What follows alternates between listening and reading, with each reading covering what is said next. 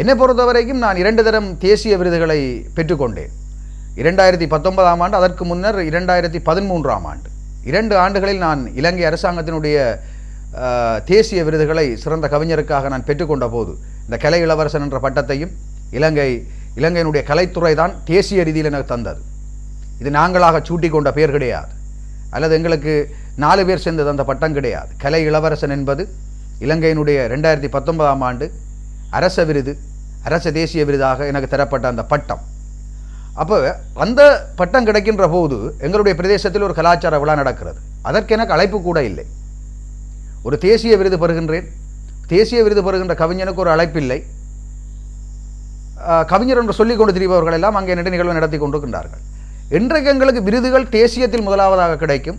அதுக்கு பிறகுதான் எங்களோட பிரதேசம் கூப்பிட்டு எங்களை கௌரவப்படுத்தும். இதுதான் எங்களோட ஊரின் ஒரு வழக்கமான விஷயம். தமிழர் தாயகம் எங்கும் தான்.